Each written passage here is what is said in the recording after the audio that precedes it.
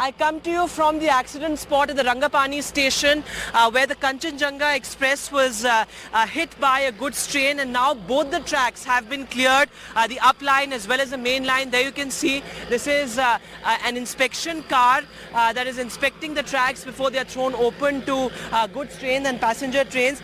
But the tracks have been cleared only to reveal the horror of the tragedy. Just look at these pieces of clothes lying around, these tiffin boxes that were never opened, these checkbooks. In fact, there's a checkbook also lying around here unattended, a pair of slippers, kids' shoes as well. There you can see a pair of kids' shoes lying around there as well.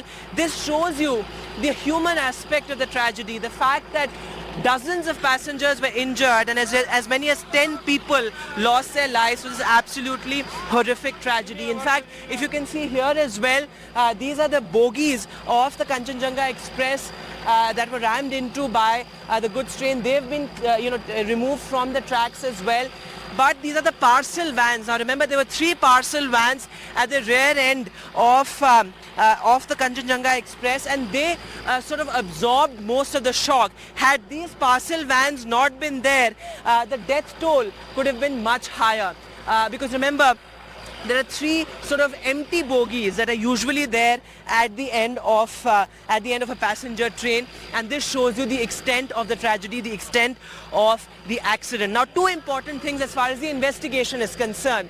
Now remember, what NDTV has gotten to know by way of sources in the Northeast Frontier Railways is that this particular track, as far as this track is concerned, there was no automated signal interlocking system for over 5 hours. In fact, there was a clear failure as per sources of the automated signal system. In fact, that document that we have accessed as well, that shows that a manual signaling system was triggered on these tracks after the automated signal system failed due to inclement weather.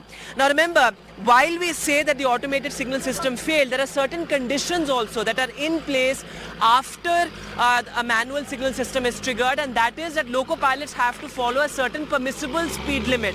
Now what we are being told by sources is that the goods train loco pilot did not follow and disregarded that permissible speed limit, and that could also have been one part of the accident. But the fact is that there was clearly a failure of the automated signal system, and that is something that you can see in the extent of the damage, and of course in terms of the sequence of events as well. There was a thunderstorm, then the automated signal system fails, the manual signal system is triggered, the loco pilot disregards the speed limit.